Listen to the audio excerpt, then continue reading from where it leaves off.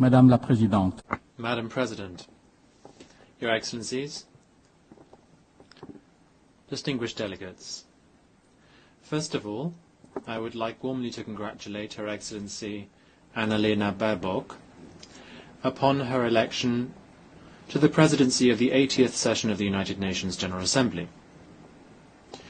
I would also like to congratulate His Excellency Philemon Yang for his stewardship of the 79th session. The Pact for the Future that was adopted during his mandate is fully relevant given the topic for this year, Better Together, 80 years and more for peace, development and human rights. This illustrates the spirit of continuity and cooperation that underpins this august global body to remain a source of hope for all of humanity. This year's theme is not just a slogan. It solemnly reminds us that the UN's promise only remains when we act united, when we work to achieve solidarity between nations and peoples, and when we measure success not just in national terms, but in line of the common well-being of citizens of the world. 8 decades ago, after a devastating global war, nations large and small gathered together behind a unique vision. Peace, development and human dignity can only be guaranteed through collective action. Nevertheless, as we gather here to mark this important stage, the ideals of multilateralism are being put to the test. Geopolitical divisions have only got worse. Rivalries between major powers all too often hamper the Security Council's decisions. This leaves many crises throughout the world unresolved and puts millions of lives in danger. The world is now facing the harsh reality that might makes right, and that interdependence is no longer the cornerstone of peace, but rather a tool of threat and coercion. If we genuinely believe that we are better together, we must reinvigorate trust in multilateral institutions, invest in preventive diplomacy, and ensure that the UN is equipped, both politically and financially, to respond decisively and effectively to old and emerging challenges. Madam President, Excellencies, ladies and gentlemen, allow me to speak about peace and to do so from lived experience. For decades, war and genocide traumatized our people and destroyed our country. Dialogue and not war between two true statesmen, our late King Father, His Majesty Samdechព្រះ Norodom Sihanouk, and our former Prime Minister, Samdech Teo Hun Sen, both blessed with wisdom, willpower, and genuine patriotism, had engendered the peace process and national reconciliation. It is now well known that peace was finally achieved through the win-win policy of Samdech Teo Hun Sen that ended 30 years of conflict without a single bullet being fired. We remain forever grateful to the many countries and to the UN peacekeeping operation that have extended support to Cambodia throughout the peace process. Across our towns and villages, the word "we thank peace" are not mere decoration. They are a daily affirmation that peace in our nation's is our nation's most precious treasure. This peace allows us to rebuild from complete ruin. Before the pandemic, our economy achieved an average annual growth of around 7%, positioning Cambodia to graduate from least developed country status by 2029. Through this development, millions has been lifted out of poverty in the past decades.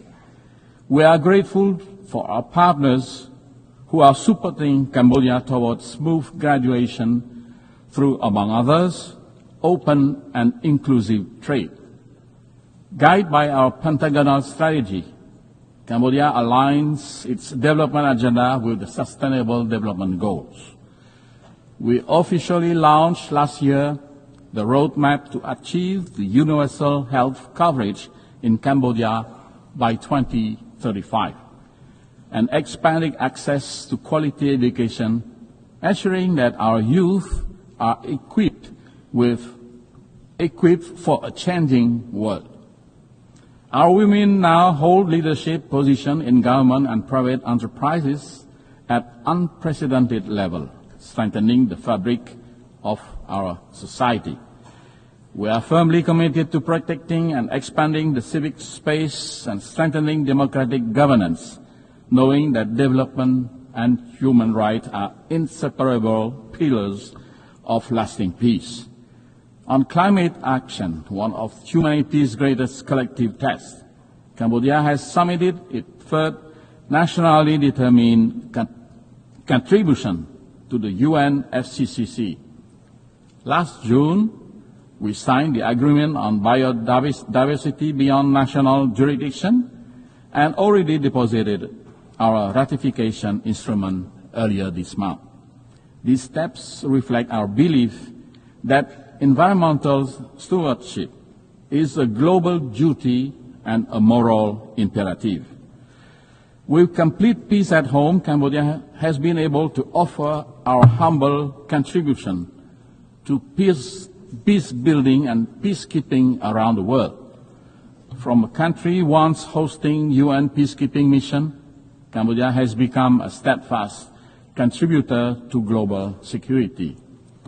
Since 2006, we have deployed over 10,000 peacekeepers, more than 800 of them women, to 10 UN missions across the globe. We have protected civilians, clear landmines, and support rebuilding war-torn communities. We are currently an active member of the UN Peace Building Commission, helping nations emerging from conflict to build institutions and foster reconciliation. Madam President, Excellencies, ladies and gentlemen, Cambodia's transformation embodies the UNGA 80 theme, namely, countries once in need can now become providers of peace and stability for others. It is therefore deeply painful to inform this august assembly that the hard-won peace that we so profoundly cherish and wholeheartedly share around the world is today threatened in our own home, not by internal division like in the past, but border conflict with a neighbor. We are grateful that a ceasefire brokered by U.S. President Donald Trump effectively halted armed clashes that has caused death, injury, and destruction, and the displacement of hundreds of thousands innocent civilians. Like Armenia and Azerbaijan, Cambodia has nominated President Donald Trump for the Nobel Peace Prize for his crucial role in this important step to peace.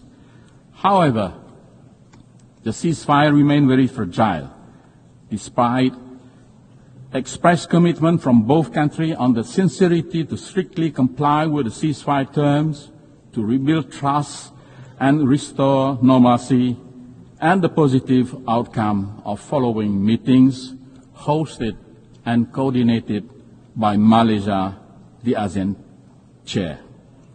But sincerity is only credible and trust can only flourish when respect with both the letter and the spirit of the agreement matches with real action on the ground.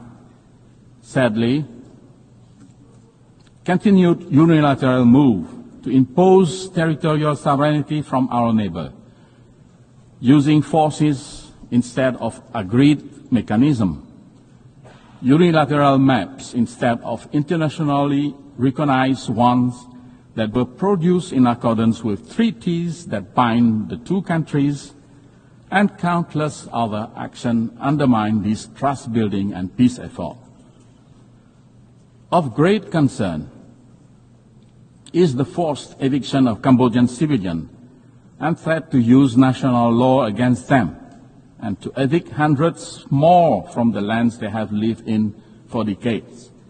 Such way of territorial control on the segment of the border yet to be demarcated demonstrate a clear disregard, not only for the terms of the ceasefire, but also the mutual agreements on the settlement of border issues.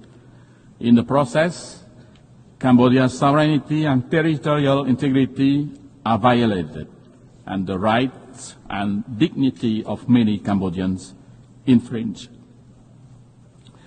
Cambodia has consistently and strictly observed the ceasefire, demonstrating good faith and full transparency in the implementation of its term. We have exercised the utmost restraint, even in the face of repeated incident and provocation. As recently as this morning,